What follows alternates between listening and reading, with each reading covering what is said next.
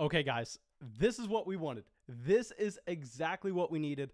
The best landing spot that we have possibly seen for a starting quarterback in I don't know how long. I mean, when is the last time we had a top 5 drafted quarterback go to a landing spot that was as good as the 49ers? Because obviously, the 49ers have one of the best head coaches in the entire NFL with Kyle Shanahan. They have the best, head coach. They have the best tight end in the NFL with George Kittle. They have some wide receivers with Brandon Ayuk and Deebo Samuel. They have a great offensive line. So they have every piece there for a player to come in, for a player to be elite when it comes to his fantasy football value. And that's what we have with Trey Lance.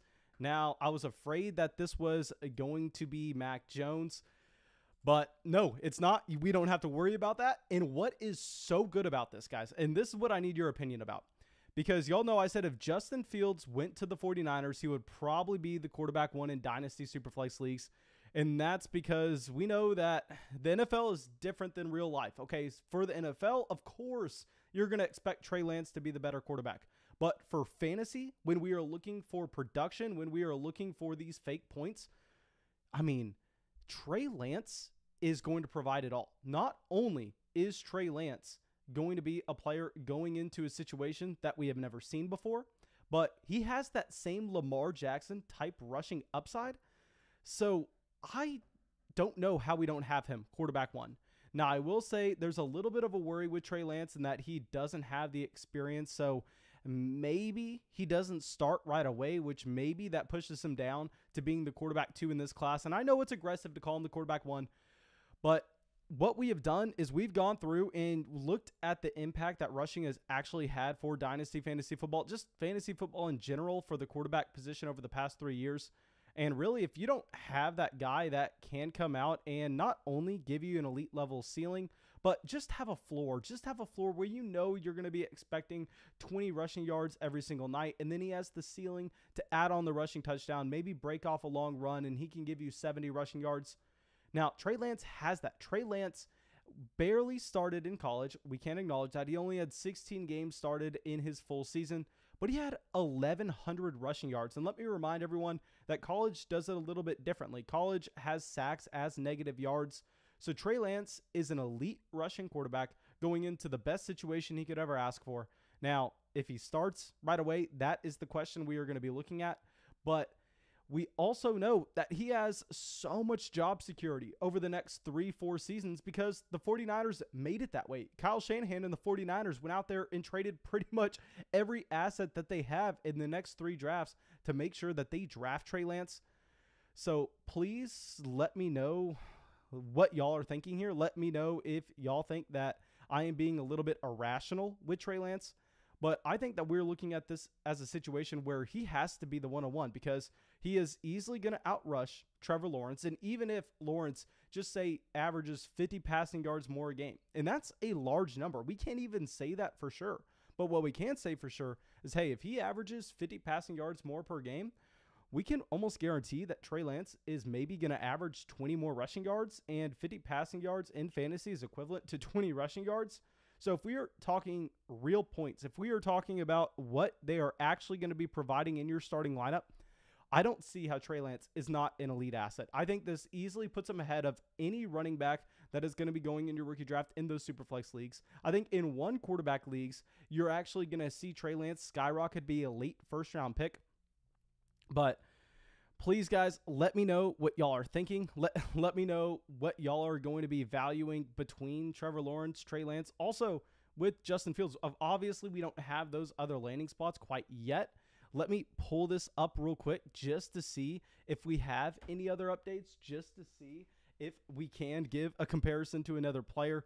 But, I mean, we just have never seen a situation that is this good before. Trey Lance has every single trait to be a successful quarterback, and I know you could sit here and you could look at the small sample and be a little bit worried, but I'm not going to be because, like I've said before, none of us watching this stream, none of us watching this video right now, we are not scouts. We are not professionals at evaluating quarterback talent coming into the NFL.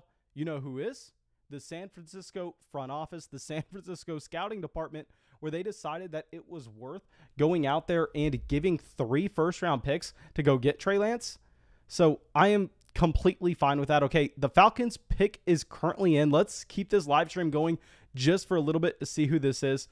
But let me read the chat real quick. Okay, Zupan Gaming is saying, LOL, I'm at the draft right now. I can't hear you at all. Man, if you are actually at the draft, that is ridiculous. I doubt you're at the draft. I am not going to believe that for a second, though. Mike says, I thought it was going to be Fields. No, if you looked at Vegas coming into the draft, they had Mac Jones as the heavy favorite. And if it wasn't going to be Mac Jones, it was going to be Trey Lance. Really happy to see this, to be honest.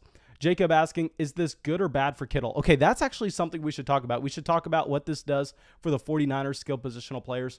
Okay, so I will say that compared to Jimmy Garoppolo, based on what the 49ers front office thought of Trey Lance and willing to give up all of those assets to go get him, I think we kind of have to believe in them. I think we kind of have to say at this point that Trey Lance is going to be an upgrade at quarterback regardless of what they had in 2020 or 2019. Now, the question is, do we think that Trey Lance is better for George Kittle? Is he better for Deebo Samuel or Brandon Ayuk compared to Mac Jones?